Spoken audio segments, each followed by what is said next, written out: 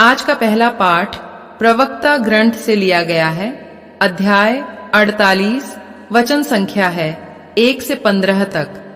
तब एलियाह अग्नि की तरह प्रकट हुए। उनकी वाणी धधकती मशाल के सदृश थी। उन्होंने उनके देश में अकाल भेजा और अपने धर्मोत्साह में उनकी संख्या घटाई। उन्होंने प्रभु के वचन से आकाश के द्वार बंद किए और 3 बार आकाश से अग्नि गिराई। एलियाह, आप अपने चमत्कारों के कारण कितने महान हैं। आपके सदृश होने का दावा कौन कर सकता है। आपने सर्वोच्च प्रभु की आज्ञा से एक मनुष्य को मृत्यु और अधोलोक से वापस बुलाया। आपने राजाओं का सर्वनाश किया, प्रतिष्ठित लोगों को गिरा दिया और सहज ही उनका बल तोड़ दिया। आपने सीनै पर्वत पर दोषारोपण और होरेब पर्वत पर दंड आज्ञा सुनी। आपने प्रतिशोध करने वाले राजाओं का और अपने उत्तराधिकारियों के रूप में नबियों का अभिषेक किया। आप अग्नि की आंधी में अग्निमय अश्वों के रथ में आरोहित कर लिए गए। आपके विषय में लिखा है कि आप निर्धारित समय पर चेतावनी देने आएंगे, जिससे ईश्वरीय प्रकोप भड़कने से पहले ही आप उसे शांत करें, पिता और पुत्र का मेल कराएं और इस्राएल के वंशों का पुनरुद्धार करें। धन्य हैं वे जिन्होंने आपके दर्शन किए, जो आपके प्रेम से सम्मानित हुए। हमें तो जीवन मिला है, किंतु मृत्यु के बाद हमें आपके सदृश नाम नहीं मिलेगा। जब एलियाह बवंडर में ओझल हो गए तो एलीशा को उनकी आध्यात्मिक शक्ति प्राप्त हुई।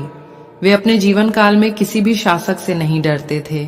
कोई भी मनुष्य उन्हें अपने वश में नहीं कर सका। कोई भी कार्य उनकी शक्ति के परे नहीं था और मृत्यु के बाद भी उनके शरीर में नबी का सामर्थ्य विद्यमान था।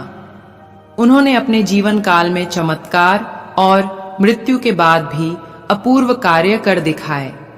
यह प्रभु की वाणी है। आज का सुसमाचार संत मत्ती के पत्र से लिया गया है।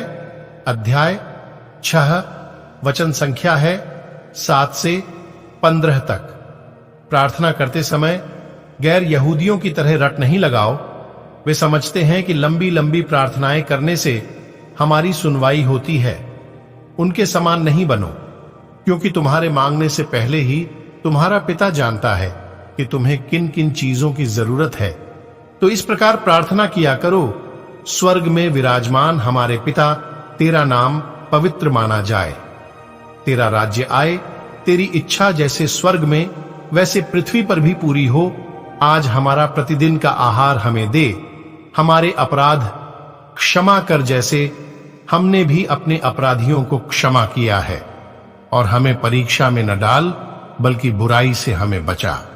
यदि तुम दूसरों के अपराध क्षमा करोगे तो तुम्हारा स्वर्गिक पिता भी तुम्हें क्षमा करेगा। परंतु यदि तुम दूसरों को क्षमा नहीं करोगे तो तुम्हारा पिता भी तुम्हारे अपराध क्षमा नहीं करेगा। यह प्रभु का पवित्र सुसमाचार है। मनन चिंतन। यीशु हमें बताते हैं कि प्रार्थना में खोखले वाक्यों का ढेर न लगाएं। रोमियो 8:28 में संत पौलुस कहते हैं, हम जानते हैं कि जो लोग ईश्वर को प्यार करते हैं और उसके विधान के अनुसार बुलाए गए हैं, ईश्वर उनके कल्याण के लिए सभी बातों में उनकी सहायता करता है। ईश्वर सर्वज्ञ हैं और उन्हें सब कुछ पता है। हमें उन्हें कुछ भी प्रकट करने की आवश्यकता नहीं है। स्तोत्रकार कहते हैं, प्रभु तूने मेरी थाह ली है। तू मुझे जानता है, मैं चाहे लेटूं या बैठूं। तू जानता है, तू दूर रहते हुए भी मेरे विचार भांप लेता है। मैं चाहे चलूं या लेटूं, तू देखता है मैं जो भी कहता हूं। तू सब जानता है। मेरे मुख से बात निकल ही नहीं पाई कि प्रभु तू उसे पूरी तरह जान गया। लूकस 13:10-17 में हम पाते हैं कि यीशु ने एक महिला को जो झुकी हुई थी बिना उसके किसी अनुरोध के चंगा किया। लूकस 7 में हम पढ़ते हैं कि यीशु ने एक विधवा के मृत बेटे को बिना पूछे जीवित कर दिया। स्तोत्र 34:18 में स्तोत्रकार कहते हैं, प्रभु दुहाई देने वालों की सुनता और उन्हें हर प्रकार के संकट से मुक्त करता है। महत्वपूर्ण बात यह है कि हम प्रार्थना में बहुत सारे शब्दों का उपयोग न करते हुए ईश्वर की संगति में जीवन जिएं। तो आइए हम सभी आज के वचन पर मनन चिंतन करें।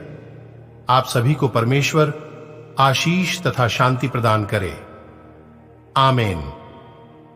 मैं आप सभी का आज के वचन को सुनने के लिए धन्यवाद करता हूं। आप सभी प्रभु के वचन के लिए समय जरूर निकालें।